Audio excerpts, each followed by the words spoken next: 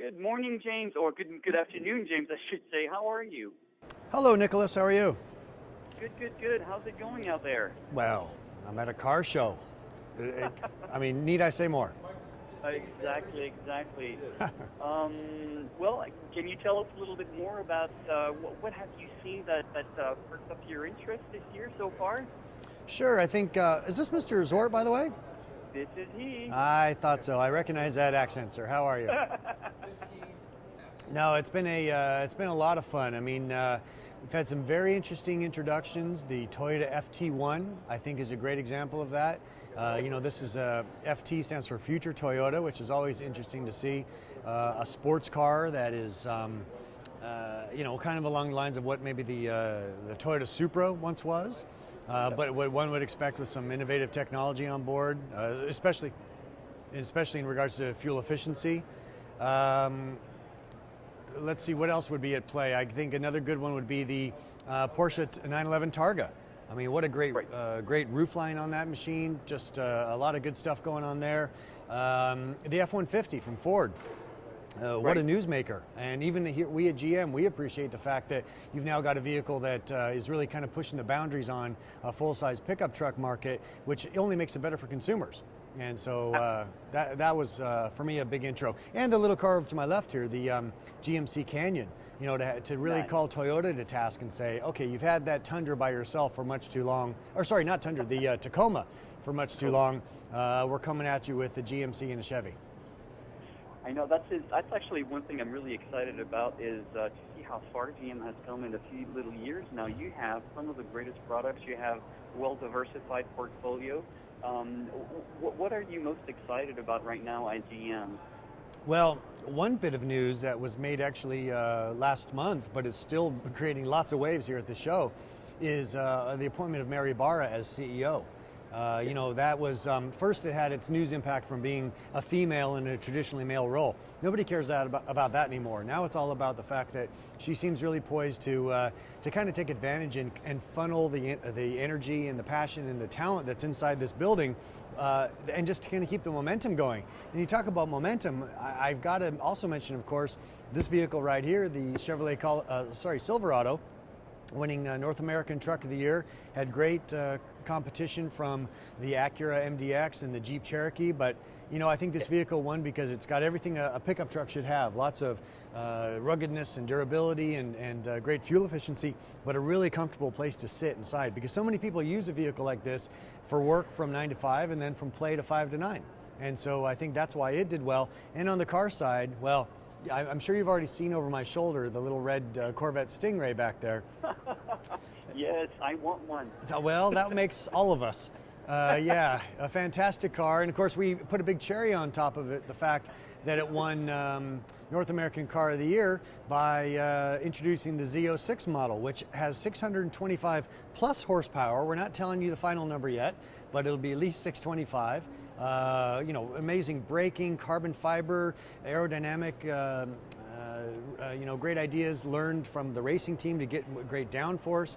It's just a tour de force at a price that's making Porsche and Ferrari very, very nervous.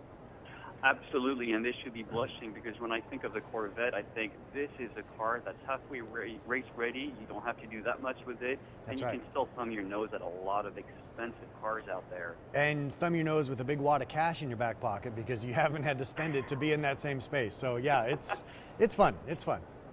That's very true. Any of the trends that you're seeing out there right now? I mean, the North American International Auto Show is always great with that and telling us where we're going. Anything that you picked up on your radar?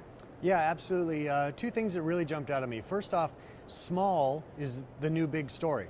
The fact that so many manufacturers are introducing much more rationally sized, downsized vehicles, not only smaller vehicles, but also smaller engines, or even more use of electrification. Turbocharged 4 cylinders instead of 6 cylinders or 8 cylinders to get the job done.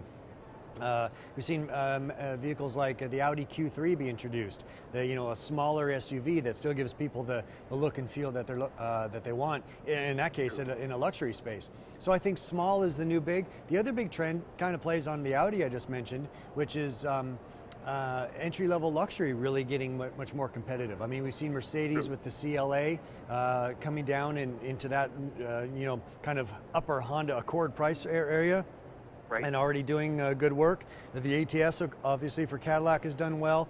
We introduced today the ATS Coupe, which, by the way, make sure you look at the grille on the ATS Coupe. We got an all-new badge there for Cadillac going in the next decade or so. Powered by a 2-liter turbo that puts out more horsepower than it should and gives great mileage. So I think the idea of stretching your budget just a little bit and being able to step from Toyota into a luxury brand like Cadillac or BMW, that's pretty cool. Yeah, that seems to be the trend. More affordable, better quality directly straight off the bat. Can you tell us a little bit about the Cadillac ELR? Oh, sure. The ELR has just been on sale now for about a month and a half, 2 months now. It's gone on sale. It's already doing very well in the marketplace. Many people say, oh, it's a Cadillac version of the Volt. It's not quite true. Only about 80% of the two cars carry over. Of course, the outside is completely new. And some of the things we've learned about the Volt's propulsion system, we've been able to add to that car. So, it kind of shows how when you start to push systems into other cars, you can learn, make the whole breed much better. It's a plug-in hybrid vehicle, does about 35 or so miles on a charge, has actually a little bit more power delivery, so it's a little quicker off the line. We're kind of delivering on that Cadillac look, or Cadillac promise, I should say. From a looks perspective, it's a concept car you can drive. I've spent some time with that car out in Palm Springs, and I felt like Jay-Z driving down the road with Beyonce at my shoulder. It was fantastic. Just everybody stops and looks because it really jumps out of you. And of course, it's quiet because it's running on electricity. Yep, absolutely. I'm really impressed with what you guys have done with the Voltec platform because that is a great way to keep on making it better and better. And I love that edgy look and the straight lines and everything. It's a gorgeous car. And ever since the Converge, I've been waiting for it impatiently, should I say. I understand. No, it's really cool. And I think it's going to be a nice image piece for Cadillac. And, of course, allow us to do even more with the Voltec propulsion system in the future, which I can't tell you about yet. No, and that's what I'm excited about. And I'm still trying to get everything out of you. But I will one day, You know where to find me. Another thing that really is impressive, and I think this is also what you guys are doing up there in Detroit, you're coming out with SUVs and pickup trucks that are becoming lighter and more fuel efficient. It's almost an oxymoron, but you guys are doing the impossible here. This is really amazing. Well, absolutely. I mean, and I mentioned the F-150, the fact that they're going to an aluminum skin on the vehicle. Yeah. Well, I was telling some of the camera guys here earlier today, they've either made a great roll of the dice that's going to revolutionize the business, or they've just learned a very expensive lesson that we all may want to avoid. That'll be borne out in the next couple of years. But you're absolutely right. I mean, when I stand in front of this vehicle, it looks like a big substantial front, but actually it's been completely tuned for aerodynamics. From the very front of the vehicle to the air dam down here along the bottom, to the way the mirrors are built. I mean, I'm going to jump over to this canyon here real quick. I was noticing the rake on this windshield.